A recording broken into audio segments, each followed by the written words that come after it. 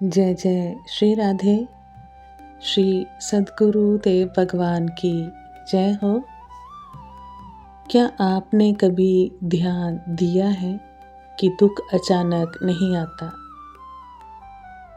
पहले एक विचार आता है, फिर आप उस विचार को सच मान लेते हैं और कुछ ही पलों में आप ऐसे जाल में फंस जाते हैं जिसे आपने खुद ही बुना होता है।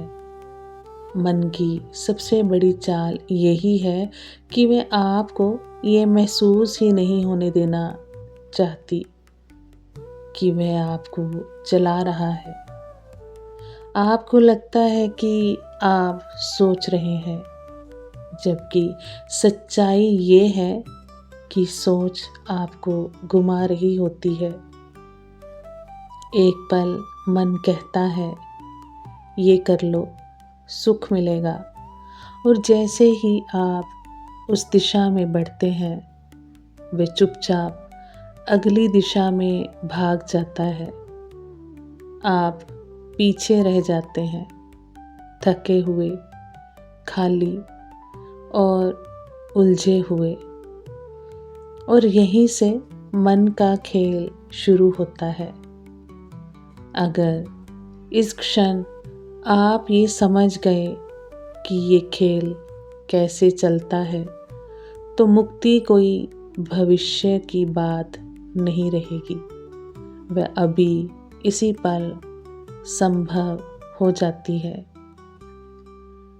मन आपका शत्रु नहीं है और यही उसकी सबसे बड़ी चाल है।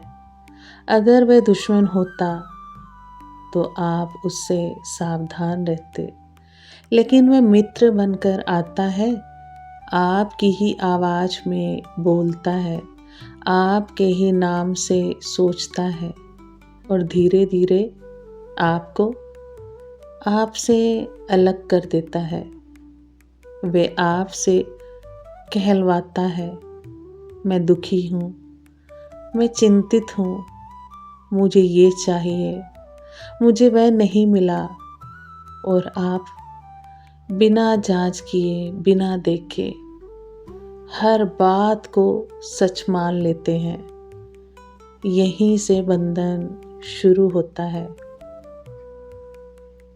अष्टावक्र राजा जनक से कहते हैं, तू वह नहीं है जो दुखी है, तू वह है जो दुख को देख रहा है। बस यहीं से पूरी दिशा बदल जाती है। लेकिन मन इतनी आसानी से हार नहीं मानता। वह एक के बाद एक 5 बेहद चालाक जाल बिछाता है। मन की पहली बड़ी चाल है आपको वर्तमान क्षण से बाहर निकाल देना। वह आपको या तो अतीत में घसीट कर ले जाता है, पुराने अपमान, बीते हुए दुख, अधूरे पछतावे, या फिर भविष्य के जंगल में छोड़ देता है, जहाँ डर, असुरक्षा और आशंकाएं भरी पड़ी होती हैं। इस दौड़ में वह एकमात्र स्थान छूट जाता है जहाँ जीवन वास्तव में घट रहा है।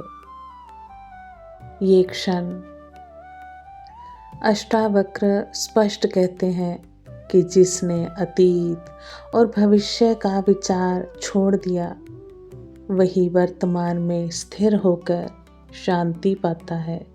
लेकिन मन कहता है, नहीं, अतीत को सुलझाना जरूरी है, भविष्य की तैयारी करनी है। देखिए, चालाकी वह आपको ऐसे युद्ध में उलझा देता है जो अस्तित्व में ही नहीं है। और जब तक आप उस युद्ध में लगे रहते हैं, तब तक मुक्ति दूर लगती रहती है। दूसरी चाल और भी सूक्ष्म है। मैं और मेरा मन हर चीज़ पर मैं और मेरा मन हर चीज़ पर मेरा ठप्पा लगा देता है। मेरा शरीर, मेरा परिवार, मेरा नाम, मेरा सम्मान, मेरा दुख, मेरा सुख, और फिर कहता है अब इन सब की रक्षा करनी है। पूरा जीवन इसी रक्षा में निकल जाता है। अष्टावक्र कहते हैं जब तक मैं और मेरे का भाव है तब तक बंधन है। जब ये भाव मिट जाता है तो केवल शुद्ध चैतन्य शेष रह जाता है। ये सुनते ही मन डर जाता है। वह कहता है अगर मैं नहीं रहा तो मैं कौन हूँ? यही उसका भ्रम है। आप वह नहीं है जो मैं कहता हूँ। आप वह है जो इस मैं को भी देख रहा है। मन की तीसरी चाल है कर्ता होने का अहंकार। मन आपको लगातार ये विश्वास दिलाता है कि आप ही सब कुछ कर रहे हैं। सफलता आपकी है, विफलता आपकी है। यही कर्ता का भाव सबसे गहरे दुख का स्रोत है, क्योंकि जब परिणाम आपकी इच्छा के अनुसार नहीं आता तो पीड़ा होती है। इस चाल को सीधे काट देती है ये अष्टावक्र गीता। वह कहती है तू करता नहीं है, सब कुछ प्रकृति के गुणों से हो रहा है। तू तो केवल साक्षी है। जरा देखिए, श्वास चल रही है, हृदय धड़क रहा है, पाचन हो रहा है। क्या आप ये सब कर रहे हैं? नहीं, ये सब स्वतः हो रहा है। ठीक इसी तरह जीवन भी एक विराट प्रवाह में घटित हो रहा है। आप उस प्रवाह के साक्षी हैं। कर्ता बनने का अहंकार गिरते ही एक अद्भुत हल्कापन आता है, जैसे भीतर से कोई भारी बोझ उतर गया हो। मन की चौथी चाल है सुख की लालसा और दुख से पलायन। पूरा जीवन इसी दौड़ में निकल जाता है। कुछ ऐसा मिल जाए जिससे मैं सुखी हो जाऊं, कुछ ऐसा ना हो जाए जिससे मैं दुखी हो जाऊं। अष्टावक्र पूछते हैं सुख है कहाँ, दुख है कहाँ? क्या ये मन के ही भाव नहीं हैं जो आते जाते रहते हैं? सुख की चाह भी बंधन है और दुख का भय भी बंधन है। मुक्ति इन दोनों से पार है। अष्टावक्र कहते हैं तू आनंद स्वरूप है, तुझे सुख ढूंढने की जरूरत नहीं। बस अपने स्वरूप को पहचान ले। ये पहचान ही मुक्ति है। पांचवी और सबसे खतरनाक चाल है ज्ञान का अहंकार। जब साधक को थोड़ा समझ आने लगता है तो मन नया रूप ले लेता है। वह कहता है मैं जानता हूँ, मैं ज्ञानी हूँ, मैं दूसरों से आगे हूँ। यही सबसे सूक्ष्म बंधन है। यहाँ भी निर्मम है। वह कहती है वह अर्थात अष्टावक्र गीता कहती है जिस ज्ञान की तू बात कर रहा है उससे भी मुक्त हो जा। तुझे कुछ पाना नहीं है क्योंकि तू पहले से ही पूर्ण है। सच्चा ज्ञान विनम्रता है, दैन्यता है। ये जान लेना कि मैं कुछ नहीं जानता, यही वास्तविक बोध है। अब प्रश्न उठता है, इन जालों को पकड़ा कैसे जाए। अष्टावक्र कोई लंबी विधि नहीं देते, वे दृष्टि देते हैं।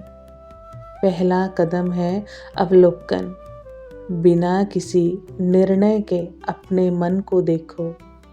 विचार आए तो देखो, जाए तो देखो। दूसरा कदम है पहचान। जब भी दुख या भय उठे, पूछो ये किसे हो रहा है। और तीसरा कदम है निवृत्ति। पहचान लेने के बाद उसमें शामिल ना होना, बस साक्षी बने रहना। यही सरल है और यही कठिन भी। अष्टावक्र गीता की सबसे अद्भुत बात ये है कि वह मुक्ति को भविष्य में नहीं टालती। वह कहती है, जैसे ही तू जान लेता है कि तू ब्रह्म है, उसी क्षण तू मुक्त है। ये कोई बौद्धिक जानकारी नहीं, बल्कि दृष्टि का परिवर्तन है। जैसे ही तुम्हें दिखता है कि तुम आकाश हो और विचार बादल है, शांति अभी है। जैसे ही तुम्हें दिखता है कि तुम सागर हो और लहरें आती जाती हैं, मुक्ति अभी है। जो कभी बंधा ही नहीं, उसे मुक्त होने का इंतजार क्यों होगा। तुम्हारा वास्तविक स्वरूप सदा मुक्त, सदा शांत, सदा आनंदमय है। बस मन की चाल पहचान लो। एक भी गांठ खोलकर देख लो और फिर अनुभव करो कि मुक्त होना कितना निकट है। वे तुम्हारे भीतर ही है। जब ये पहचान हो जाती है कि मन की चाल क्या है, तो अक्सर एक अजीब सा भ्रम पैदा होता है। बाहर से सब समझ में आने लगता है। शब्द साफ हो जाते हैं, दृष्टा का भाव भी झलकने लगता है। फिर भी भीतर कई हल्की सी बेचैनी बची रहती है। ऐसा लगता है जैसे सब जान लिया, पर कुछ अधूरा है। यही वह स्थान है जहाँ मन अपनी सबसे आखिरी और सबसे सूक्ष्म चाल चलता है। वह कहता है, मैं जान गया। और ये जान गया ही नया बंधन बन जाता है। यहाँ और भी कठोर हो जाती है अष्टावक्र गीता।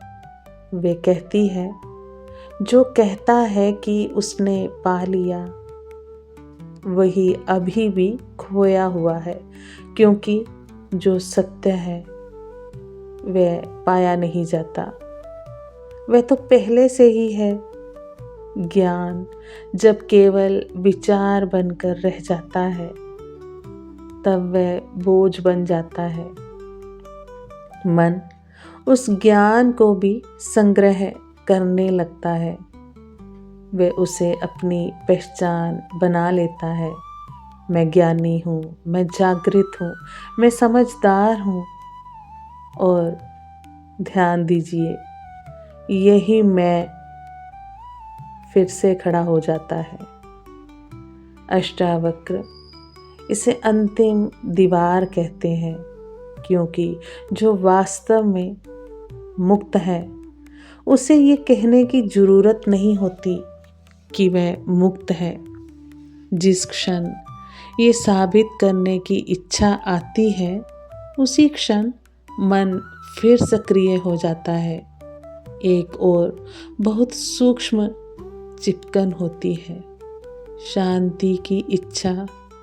जब थोड़ी शांति का स्वाद मिलता है, तो मन उसे पकड़ना चाहता है।